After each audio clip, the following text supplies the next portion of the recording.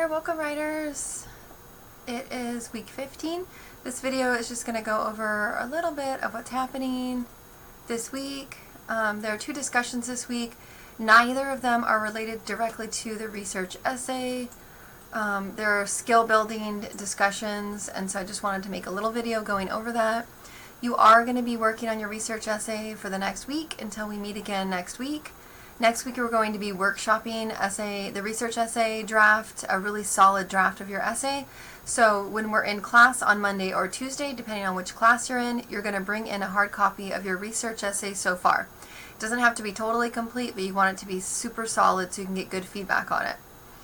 So what's happening this week, the first discussion is chapter 8 of They Say, I Say. It's here.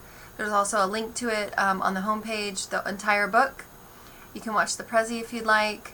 This is the reading of the actual chapter. The Prezi is a little quick kind of presentation on the chapter, kind of the juiciest parts. It was uploaded by Donna Elliott, and so you can just go through that. You know, the takeaway for this particular chapter is strategies for using transitional phrases and for, more importantly, connecting your ideas. One of the things I'm writing a lot on your essays is work on your flow, and when I say to work on your flow, I'm talking about a few things.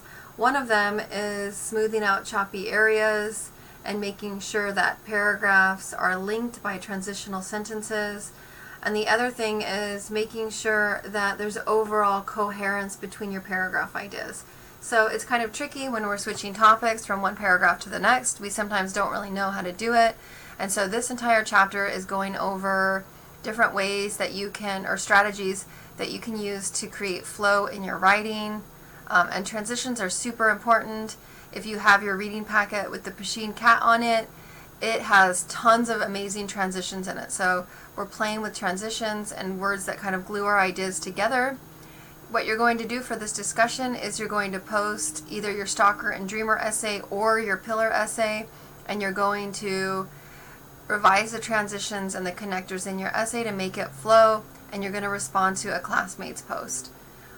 Here we have a little post here, a summary of the chapter and an example of transitional flows. And so it's super important that you use key pointing terms, transitional phrases, and use those 4 strategies to create more flow in your writing. It's also a good opportunity for you to go back to one of your essays and look at it differently now that you've had some time away from it, and to kind of see where you know you can make it smoother, where you can massage out areas that might not flow the way that you want them to. It's good to go back to your writing. We often write something and then we turn it in and it's forgotten, but it's great to go back to your writing and to see where you were at when you wrote it, and to be able to look at it with a fresh set of eyes and then revise it and make it even better. Very important. The next discussion is chapter 9, titled Ain't So Is Not. This one is about learning to balance between your academic voice and your informal voice.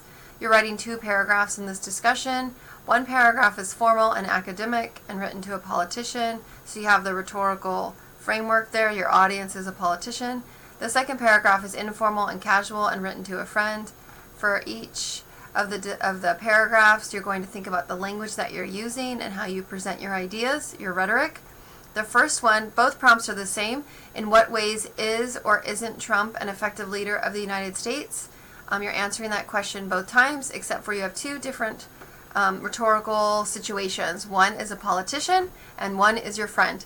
So again, 2 paragraphs, they're both going to look a little bit different. Make sure you go over this chapter. Again, there's the chapter, you can listen to it, or you can click on the Prezi, or you can do both. They're super short. I think this one might be just a couple minutes, the YouTube that's posted on there. So when you click on it, it kind of goes over using regular informal language and mixing it up. And then there's an example of that here. Things to avoid, and really understanding the takeaway from this chapter is really understanding that balance, and we've talked a lot about it this semester.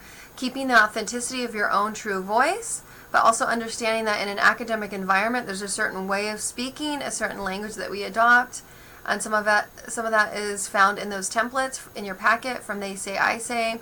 Being able to kind of enter into a conversation, knowing what's already been said, and then adding to the conversation, but using that kind of language to do so.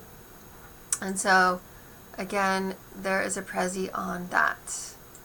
All stuff that you already know. Don't forget to respond to a classmate's post so that you don't lose any points. And again, you're going to keep working on your essay, your research essay, so we can workshop it when we come back. Have a great week 15.